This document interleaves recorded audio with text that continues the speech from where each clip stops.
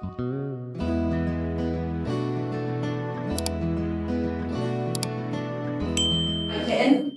heard bugs. Bugs. Yeah. Today, we're going to define a pest as anything we do not want in our greenhouses. More often than not, yes, this is bugs. There can also be different things like viruses and fungus that plants can transmit between one another.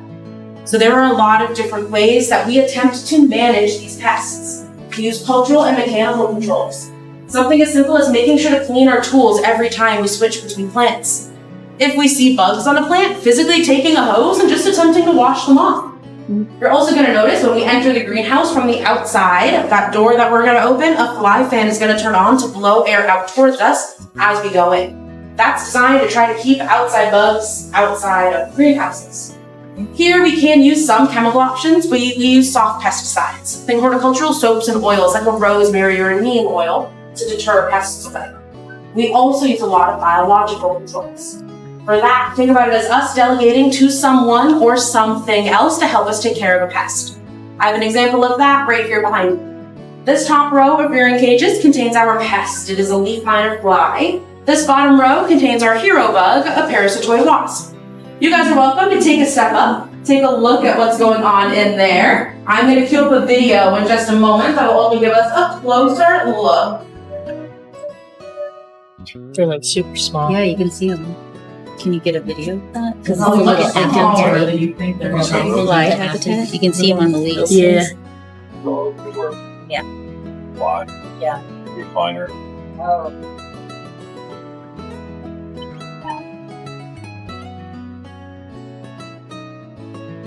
Now I'm going to start a video up here on the screen as well.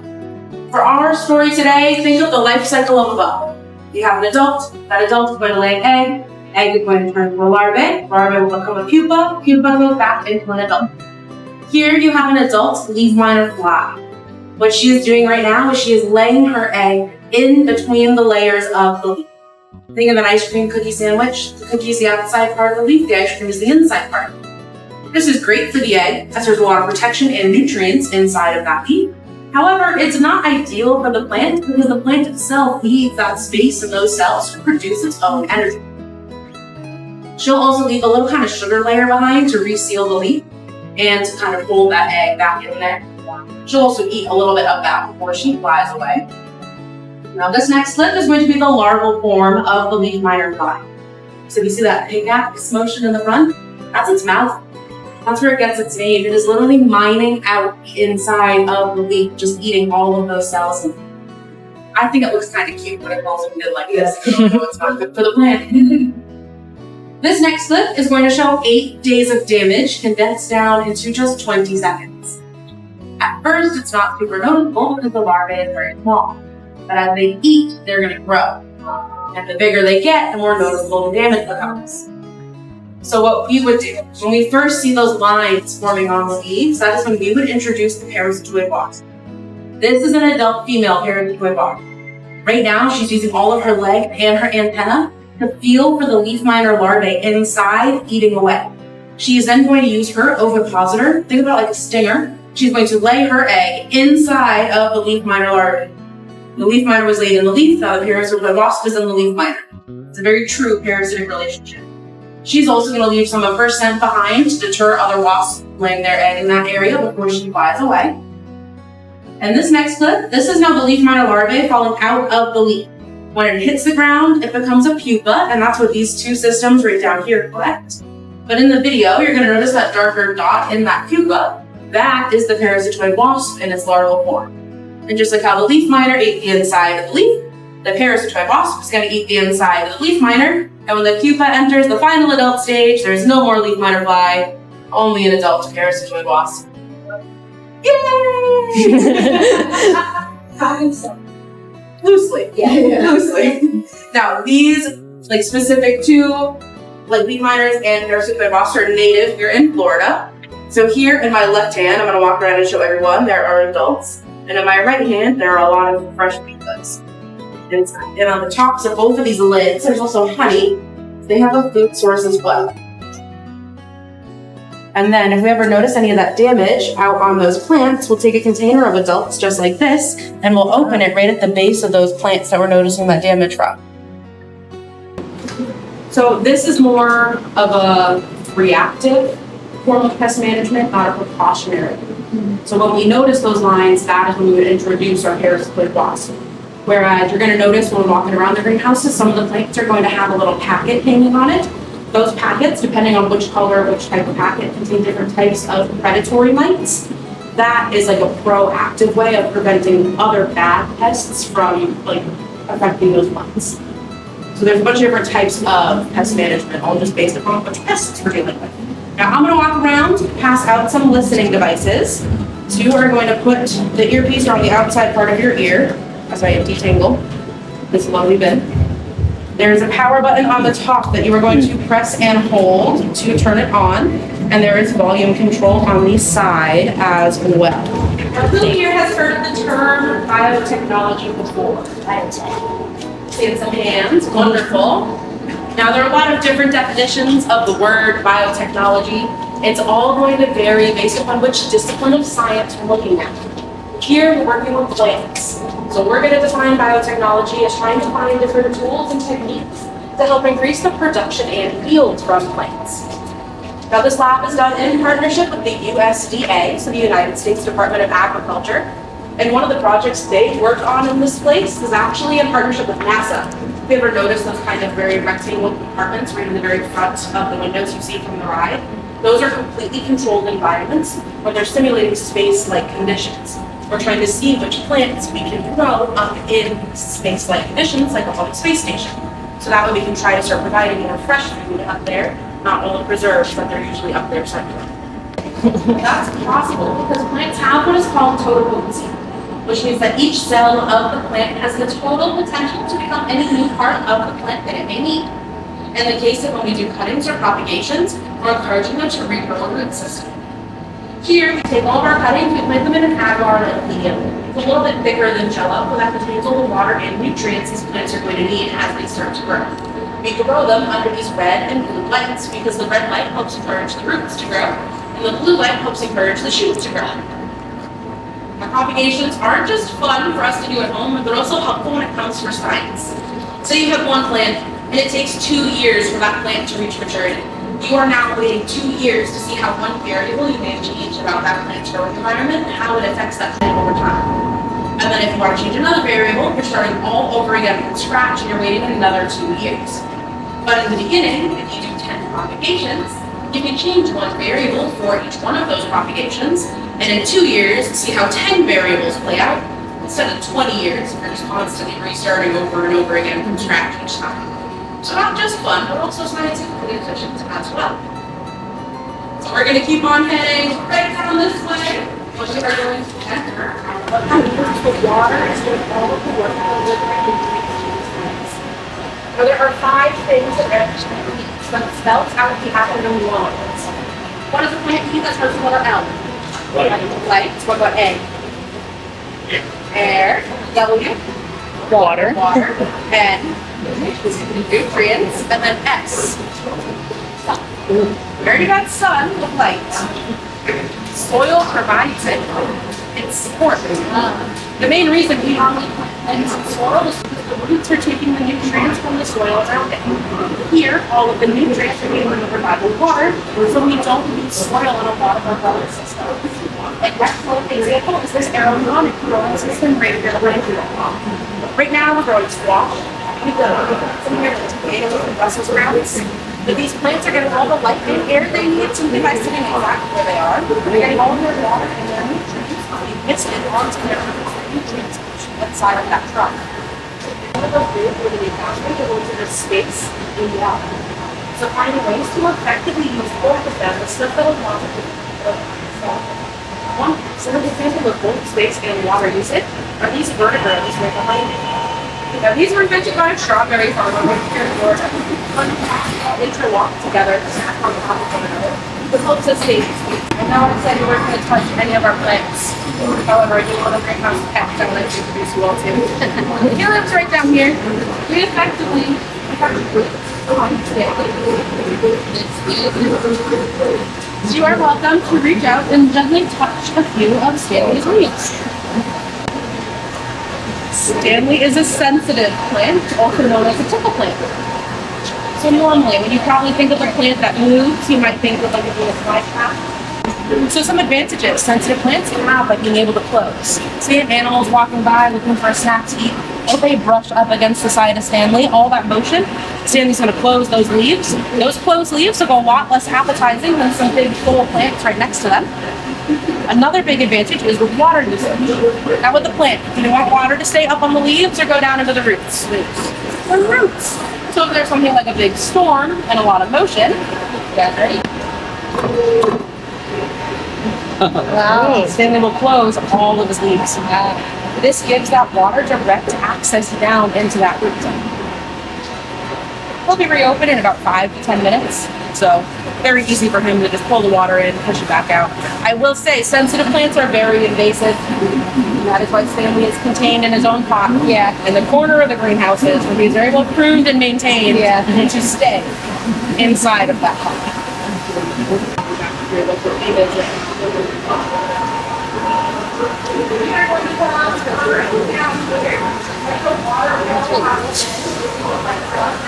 just going to kind of fill in this space here. I also have a QR code that you all are welcome to scan that pulls up a guide on your own phone on how you can set up a hydroponic system at home. Now it does not have to be anything crazy like what you see around us. It can be something as simple as what's in this food right here. We are reusing a fish tank. These plants right now are getting all the light and air they need simply by sitting exactly where they are. They're getting all their water and their nutrients in that nutrient solution that they're sitting in, and they're getting their support by what's helping them float right up there in the surface. The reason we keep it covered is with our nutrient solution, the concentration is the way everything is set up. Our plants here at the land grow about 2 to 3 times faster than average, which also means algae grows 2 to 3 times faster than average. Algae really grows very quickly. So we keep the bottom part of this area covered just to kind of lessen the amount of manual scrubbing that we have to do every day. Now, I am going to pass out 3 types of support.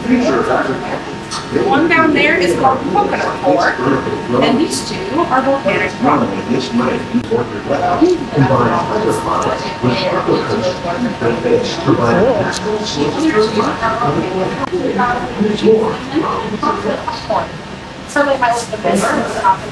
I have a very important question for all of you.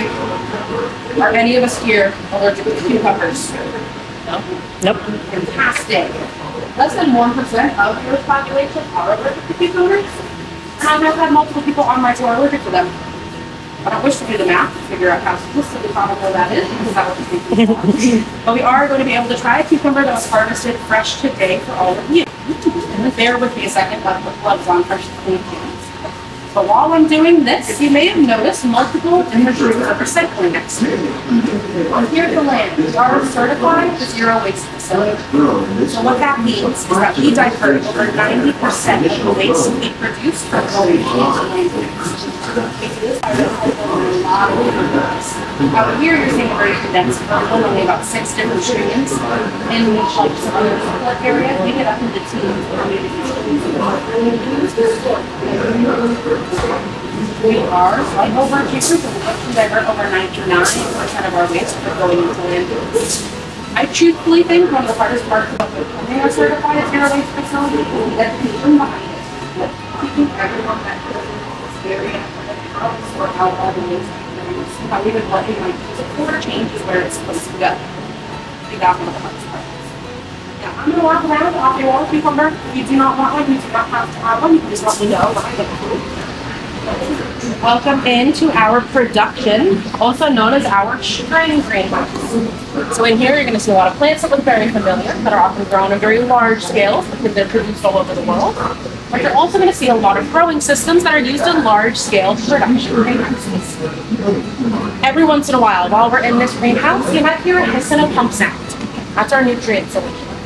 Right against the wall over here, there is a sign that says nutrient tank ingredients, and it lists out all the nutrients that are in each of the tanks.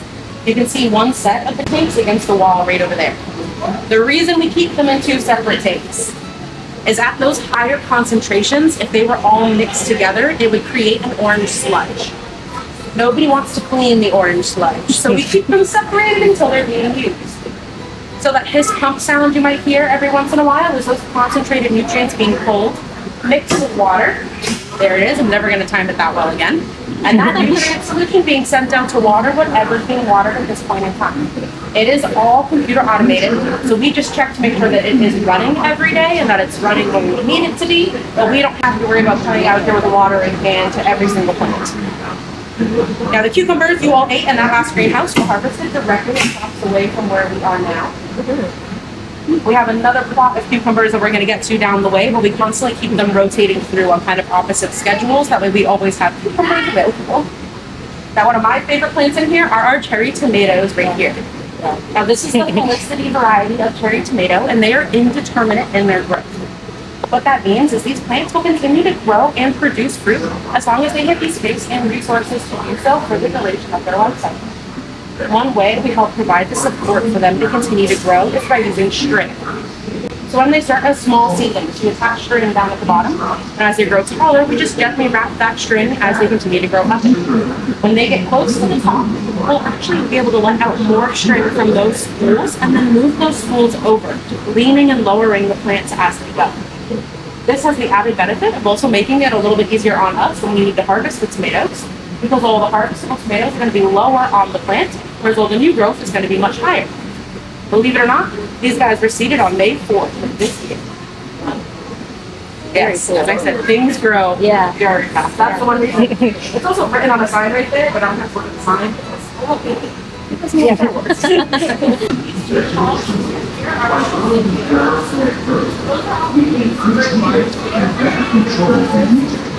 These crops taste as good as they look. In fact, we serve more than 15 tons of produce from our greenhouses at restaurants here in LA every year.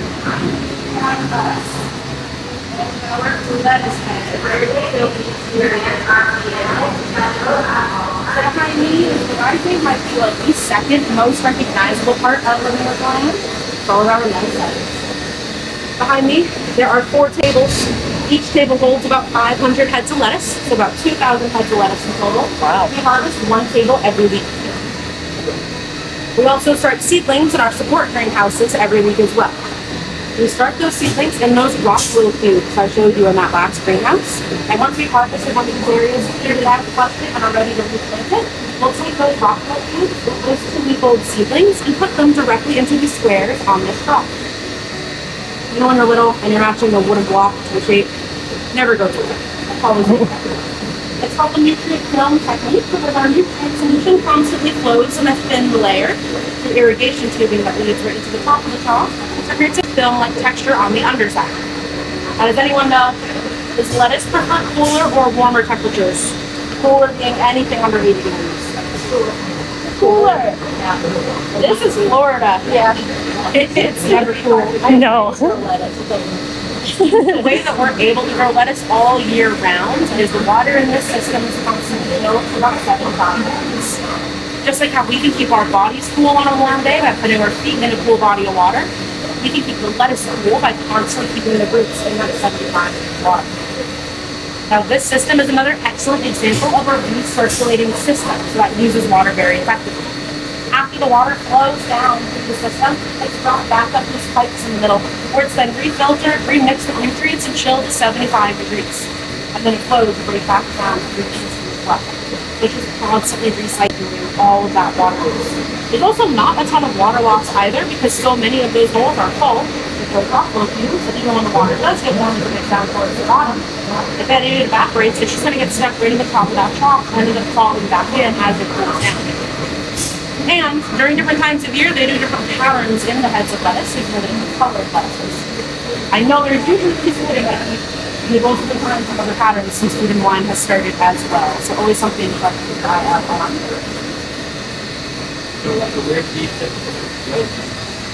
Some go to the seas, sometimes the manatees. A lot of them go towards like the garden grill. Some go over to stick bins, over an animal kingdom. They have a land salad. It's like the 3 main places. We're going to buy 500 heads. Right here we have our second set of cucumbers and some eggplants. And with both of these guys, you're seeing string used again as a support system. This isn't just a form of support though, it's also a form of pest management. If you think about how eggplants and cucumbers normally grow, they're laying down on the ground. This can lead to worms, soft spots, other types of molds or nothingness that you won't walk on with plants. By growing them up like this, we're removing that exposure to those pests from the very start. Keeping in mind though, some plants that we grow 6+ feet in the air, like a pumpkin, might need some additional support. Because we wouldn't want one pumpkin growing very heavy and pulling the entire plant down, so they get kind of fun extra hammocks or other things to help pull them up in the air where we want them to stay. Now we're gonna head right through the store. As we do hold the world record for the most tomatoes harvested from a single plant, and I believe the most eggplants as well. Wow. I do not remember the exact numbers though of how many, but it was a lot. Yeah. Now, what do you notice about this greenhouse that is different than the other greenhouses we were just in? Sand! Thank you. Sometimes it takes us quite a while to get to the word sand. Now, people often wonder, why do we grow in sand? It's not for as complicated of a reason as you might think. It is largely to show that it is possible. If you think of a large sandy area, you're probably going to first picture a desert. There's not a lot of lush green plants that grow in the desert because there's not enough nutrients to support them. The way that we're able to grow this here is, if you had x-ray vision and could look into the sand, you would find a whole network of irrigation tubing like this. You would aim these holes directly in towards the root zones of the different plants. So we have irrigation tubing like this that is longer, with the holes further apart. Maybe this length with even more holes, depending on how many plants are growing in one area. That way we can bury this in the sand. The reason that we always ask people not to touch the sand is because of something called nematodes. One type of pest. Nematodes are on everything. They're microscopic, there's almost no way to get rid of them. There are certain types of nematodes that can create knots in roots that prevents the root from being able to uptake all the nutrients. So even when we go in the sand, we put coverings on our shoes to prevent what our shoes are just touching on the cement from entering that sand as well. It still happens. It's not a completely sterile environment. There's people on a daily basis that come through here, but we do our best to try to prevent anything. Behind our pumpkins, right here behind me, there are 2 9-pound lemon trees. Has anyone ever heard of a 9-pound lemon? No. Well, they do grow to be 9 pounds. Wow. You can make a single gallon of lemonade from 1 9-pound lemon. Wow. But if you look at those 2 trees, there's a couple of feet in between them. So their irrigation tubing is going to be longer, with those holes much further apart, into those direct root zones of each one of those trees. Whereas irrigation tubing, like the one I just showed you, would be more similarly used for our sorghum and other smaller plants over here, because their root zones are a lot closer together. Now, so far, when we've talked about pests, we've kind of talked about them and how we don't want them, maybe what kind of damage they can cause to our plants, reasons why we try to keep them out of our greenhouses. However, there are a lot of beneficial pests. Think of butterflies, birds, and bees. They help to pollinate all of these plants, which in turn give us the fruits or the vegetables or the production we would like from these plants. Since we don't have any of those beneficial pests in the greenhouse, we have to do all of the pollination by hand. And how exactly that is done is going to be different based on which plants we're talking about. So with the pumpkins here behind me and the winter melons that we're going to see when we get down to the corner, there are 2 different types of flowers that grow on these plants. Male and a female flower. The female flower has the flower at the end, and when it's young has a small lump in the stem right behind it. That's what grows into the pumpkin. The male flower has the flower at the end and a very smooth stem right behind it. What our agricultural science team will do is every morning they'll come out and they'll look to see how many flowers have opened up, how many we might have budding. They'll compare that to maybe if we already have pumpkins growing from the same plant, how many more we would like to try to get from that plant. And if they decide they're going to do any pollination, they'll trim some of those open male flowers off, walk them around, and just physically mesh them in with the female flowers. I think about it kind of like the opposite of dusting. In the last 2 greenhouses we were in, with all the strawberry plants in there, we'll take a paintbrush and use that to dust all the pollen in between all the different strawberry flowers. In the greenhouse we're going to get to, we have some vanilla plants. Those flowers are only ever open for about 6 hours and they are very small. So we'll take a toothpick into the flowers to mesh the pollen around that way. All very labor intensive, but since we don't have those beneficial pests to help us, we have to put in that work in order to get any of the production we would like from these plants. So why not have bees or? Because we couldn't, if we have those, it's inevitably going to bring other types of pests in that could cause damage to the plants. So it's almost easier for us to do it than to constantly be trying to mitigate the effects of those negative pests in return. And before somebody asks, I do have 3 fig trees right here. If anyone knows anything about fig pollination, they can be very difficult. They have small flowers, they involve certain bugs, numerous things, very hard. This is a self-pollinating variety of fig. So all we have to do is just prune them, make sure there are no pests, and they'll pollinate themselves. We're good to go. So you don't have to worry about these 3 fig trees. Right here, we have 3 coffee trees. These 3 trees were seeded in 2014. You're going to notice on a lot of their branches, there are a bunch of little cherries. The green ones are still ripening, the red ones are getting there. Each one of those cherries is going to hold 2 coffee beans. It takes 80 beans to make 1 cup of coffee. And I'm not talking about a fun, really extra large cup of coffee. I'm talking about a very basic cup of coffee. Has anyone here heard of shade grown coffee? Scan some yeses, send some kind of no's. You can find it in a lot of grocery stores. Often, in our efforts to try to grow more food, produce more things, we need more space. When we try to get more space, it leads to something like deforestation, which is not ideal. Coffee trees can grow in shade. They just grow slightly slower than in direct sunlight. They still yield just as much coffee over their lifespan. So instead of cutting down all the big tall trees in an area, we can clear out the underbrush from an area, plant the coffee trees in the shade. This protects a lot of that fallen habitat space. Also makes it easier for those that have to go out and harvest coffee because now they're in a more shaded area. And shade-grown coffee is technically slightly higher in caffeine because the sun isn't pre-roasting all the beans while they're sitting on the tree. You can find it in a lot of grocery stores. It's normally written right on the bag with shade-grown coffee around. We're going to keep around in this corner.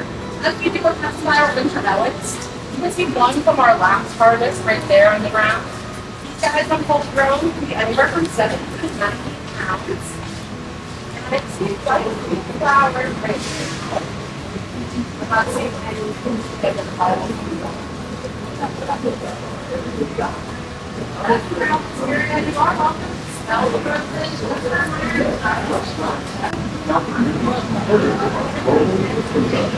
Or able to touch those is down here at the edge, and that's all the water. Those harvested from our smaller plants that sit right here behind us.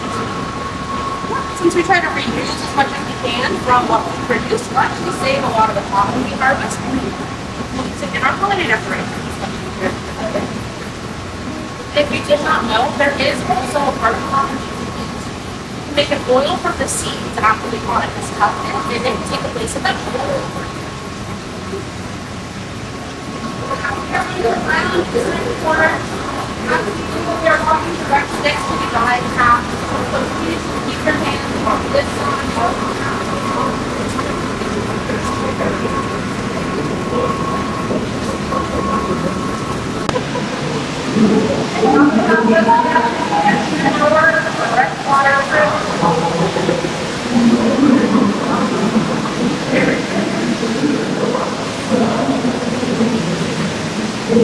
Wonderful. Who here has heard of the term aquaculture before? Yeah. Think about it exactly like agriculture. Just think how we can raise cows and chickens to get meat, milk, and eggs. We can raise seafood for consumption as well. I will say, our freshwater shrimp are here for an educational purpose. They are very, very territorial towards one another. Difficult to grow on very large scales. But who here likes to eat seafood? I think we have our ask where your seafood comes from. Sometimes we do. I try to ask more, but sometimes it's scary to ask. And I'm going to encourage all of us to try to ask 1 or 2 times more than we normally do. There's a lot of resources you can use online. Website is one of them, the seafood walk, that are teaching you about the different sustainability of each of these populations. Gives you different lists of options from like awesome, best choice, all the way down to ones to avoid. But it is okay to not make that ultimate best decision. You're going to be limited based on where you live, what you have access to, any number of things. But even asking that question is going to prompt other people to wonder why, and that is going to create a larger effect spreading that education overall. So I encourage all of us, we're going to try to ask what's important over the next month and a half. Yeah, some of them right now. We did just kind of fill the middle area. This middle one is such a small little bit that I can see like in the middle right now. Whereas the lower one has to be larger ones. But we're going to continue over right we would like to help you are locally feed the fish. We are going to carefully pick them up right along the edge. You're going to carefully come with your hands right over the edge. I'm going to walk around and give you all a little bit of food. We're going to wait until everyone grabs food and drop that food in. There you go. 1, 2, 3.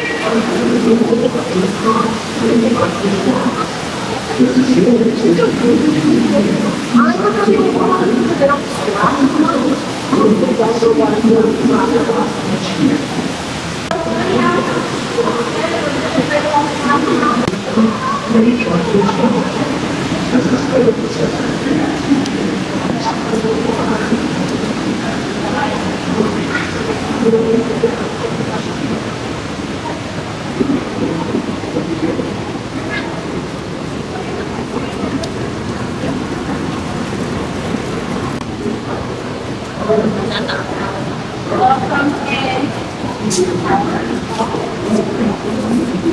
In here we have the highest biodiversity habitat. I think this is the most recognizable greenhouse because of the big dome that is above our heads. Everyone knows it. But who here likes to cook? Yeah, who likes to use spices in your cooking? Yeah, I don't like to cook. And I don't like to use spices. My sister does. Thankfully I live with her, so she cooks and I get to cook. I do clean. It is a fair trade-off. But we are going to play a fun little spice game. I'm going to pass around a handful of different spices. We're going to go ahead and just take a sniff of them as they come past you.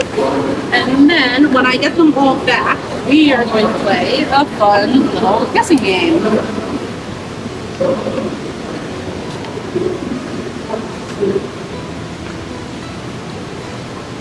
Now, while those are all going around, this big thing on the table right next to me is a fluted pumpkin. Now, the only part of the fluted pumpkin that we eat are going to be these white seeds on the inside. The rest of the fluted pumpkin is kind of like a gross texture, gross taste. So we don't eat the rest of the fluted pumpkin, only those white seeds. And then who here has heard of jackfruit? Yes. So if you haven't heard of jackfruit, it can take the place of something, say, like pork or cold chicken, like a barbecue sandwich. It's a good alternative for those who do not like to eat. We do have a jackfruit tree here in this greenhouse. It wrapped its way back around. Oh, there's two of them. Oh, there was two. Oh. Uh-oh. Were they different? Take it down below. Yeah. It's a trick. Yeah. Now that I've gotten these back, you won't get too impressed. Yes, I do have these 5 memorized. The rest of these 35 I'm still working on. Slow process. Especially for someone who doesn't like to cook. On this one, just go ahead and say it out loud. I have a yes. Lavender. It's just my favorite. Yeah. I love the flavor. Love the scent, so I always pull it out. And then we have vanilla. So vanilla is the second most expensive spice in the world. We already loosely talked about how we have to hand pollinate vanilla, but even when they grow vanilla in large scale production areas, they still hand pollinate. These flowers are only open for about 6 hours and they are so small.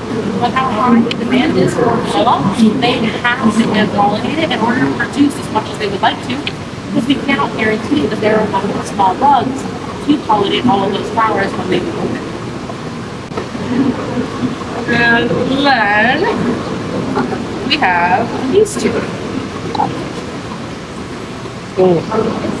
Saffron. Saffron. This one is saffron. This one is safflower. Oh. Safflower is a much cheaper substitute for saffron. Oh, It has a very similar taste, but it is not as strong, and it is much easier to produce. Saffron, however, most expensive spice in the world. Has anyone ever seen the flower that saffron comes from? Yeah. Yeah. It comes from these gorgeous purple flowers that are so pretty. These flowers have to be hand-picked because the saffron itself are the 3 teeny tiny little red stamen inside of each flower. Wow. So these flowers have to be hand-picked, and then those stamen have to be hand-plucked out of each flower. That is why 1 pound of saffron will cost you a couple $1,000. Wow. Because of all the effort that goes into the production. And then, last but certainly not least, Pepper. pepper, black pepper, peppercorn, all the answers that I will accept. Does anyone see a pepper plant anywhere around us? Oh. Right over there. Oh, yeah. He is one of the oldest plants here at the land. The year I remember being told that he was seeded is 2011. I could even be older than that. We are going to start our trek back towards the front. Along the way, I'm going to point out a few more of those decorations because I feel like I distracted you all with plant information. Then when we get to the end, you're going to try to guess at what the themes are for these different pavilions right now during the Green Water Festival. I'm also going to share some other fun facts as we go, but the first thing I'm going to do as we get moving is take a sip of water. This is the mold we can use for some of our cucumbers. Take them into a making shake. Oh, that's cute. This by chef request. Say a wedding, specifically requested, or did like a conference. Yeah. So that is when we would use these because it is a little bit more time consuming. We have to make sure we're monitoring those cucumbers very specifically. Yeah. And they have to be ready for that event. So, but here you're also going to see all the packets hanging right up towards the top of these plants. We are constantly moving those packets further up so that way they're near the newest growth because that's going to be what's most susceptible to pests. Even some of the packets that contain one of those predatory mites that I mentioned in our very first stock all the way back from the